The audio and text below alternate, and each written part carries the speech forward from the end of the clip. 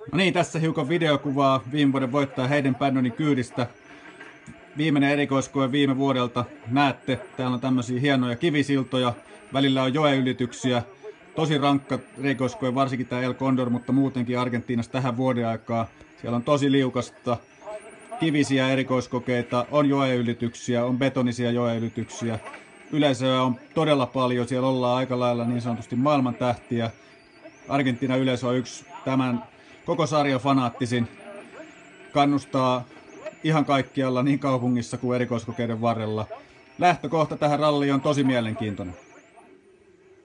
No niin, hyvät Veikkausviihde.comin seuraajat. Tosiaan Argentiinan MM-ralli on eessä. Kausihan tähän mennessä ollut tosi herkullinen. 4 rallia ajettu, joka rallissa eri voittaja.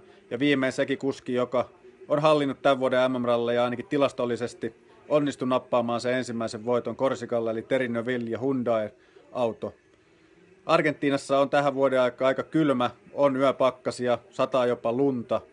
Tiet on kuulemma tänä vuonna taas mielenkiintoisessa kunnossa sikäli, että on aika raffia paikoin autoille, joten joutuvat varmaan aika koville, mutta tietenkin isoilla tehastalleilla on paljon varaosia ja mekaanikot tekee ihmeitä autojen kanssa aina huolloissa, mutta siellä vaihdetaan yleensä ottaen kaikki jousituksesta lähtien, ihan jokainen osa aina kun ne tulee huoltoon.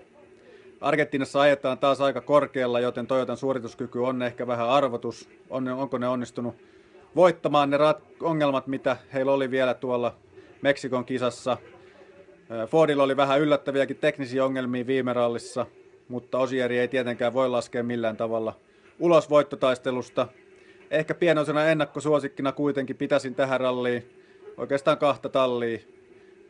Chris Meek ja Citroën, joka osoitti hurjaa vauhtia Korsikalla, kunnes autoon tuli harmittava tekninen vika. Moottori sanoi työsopimuksen irti, mutta kun autot viritetään viimeiseen tappiin ja oikein koneet tiukalle ja otetaan kaikki hevosvoiman tulos, niin tällaisia asioita valitettavasti sattuu. Varsinkin kun on säännöt muuttunut tänä vuonna ja on kaikilla vähän vielä hakusessa, ehkä nuo säädöt riippuen vähän ilma-alasta, missä mennään, että miten paljon koneet saa todellisuudessa voimaa. Mutta sitten tietenkin Hyundai, joka on äsken nähty Hayden Paddonin voimilla tai avulla pystyi voittamaan viime vuoden rallin. Se oli heidän hieno viikonloppu. Ura ensimmäinen voitto.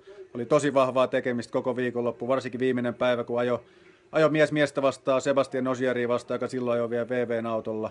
Pystyi kuitenkin näyttämään Volkkarille, että hän on kova kuski ja näissä olosuhteissa Hyundai näytti toimivan tosi hienosti. Varmasti on mielenkiintoinen viikonloppu taas tulossa. Toki uskotaan, että suomalaisetkin Latvalan johdolla pystyisi haastamaan kisan voiton. Voittotaistelussa ole ainakin mukana ja Juho Hänniselle toivoo, että hän pysyisi tiellä. Vauhtia miehessä piisaa, mutta liikaa on tullut virheitä tähän mennessä ja paine tietenkin kasvaa Juholla koko ajan, koska Toyotan talli ottaa vahvoja suorituksia ja tallipisteitä, mitkä on tallille aina ne tärkeimmät. Vetokohteita Gatsille tulee varmasti tässä vielä muutaman päivän aikana, hyviä hedareita. Lähtisin kuitenkin ehkä hakee pikku yllätyksellä niin Hyundain Terry Nevillen voittoa tähän ralliin.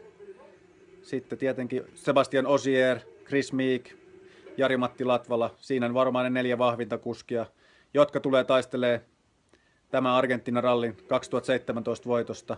Joten napatkaahan sieltä hyvät omat betsit, laittakaa ne tulille ja sitten nautitte vähän sisäfilettä vappuna maanantaina vapaapäivän kunniaksi. Ei muuta kuin oikein hyvää viikonloppua kaikille täältä lumisesta Kuusamosta ja nauttikaahan viikonlopusta.